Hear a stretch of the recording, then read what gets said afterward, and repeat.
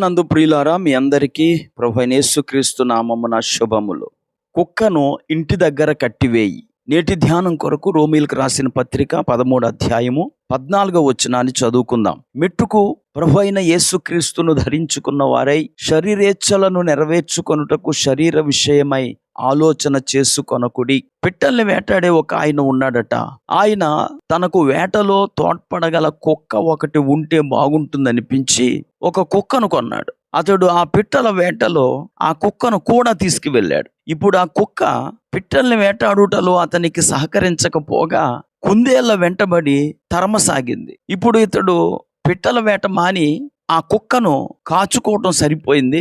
ఇతడు కూడా కుక్క వెనకాల పడి కుందేళ్లను వేటాడడం మొదలు పెట్టాడు. చివరికి విసిగి వేసారి ఆ వేటగాడు ఆ కుక్కను తనతో తీసుకువెళ్లకుండా ఇంటి దగ్గరే విడిచిపెట్టడం ఉత్తమమని భావించి దానిని ఇంటి దగ్గరే కట్టేశాడు. ప్రియులారా, ఈ కథ అపోస్తలుడైన పౌలు రోమీయులకు రాసిన ఉత్తరంలో చెప్పిన మాటలను ప్రతిబింబిస్తుంది. 7వ అధ్యాయము 19వ వచనంలో పౌలు ఇలా అంటాడు, నేను చేయగోరు మేలు చేయక చేయగోరని కీడు చేయుచున్నాను. ఎందుకంటే పౌలు శరీరములో ఉన్న ఒక నియమము ఇతని ఆశలకు అపేక్షలకు అడ్డొస్తోంది.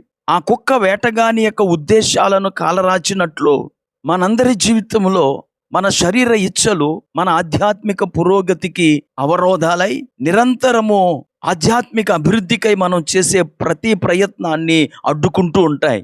అవి మనల్ని అడ్డుకున్నప్పుడు మనము చేయాలనుకున్నది చేయక మనము చేయకూడదు అనుకున్నదే చేస్తూ ఉంటాం. చివరికి ఆ వేటగాడు ఒక స్థిర నిర్ణయానికి వచ్చి ఆ కుక్కని ఇంటి దగ్గరే కట్టేయటానికి నిర్ణయించుకొని మంచి పని చేశాడు. ప్రియులారా, మనం కూడా మన ఆధ్యాత్మిక పురోగతికై మనము చేసే ప్రయత్నాలను అడ్డుకొని శరీర ఇచ్చలను కట్టివేయాలి.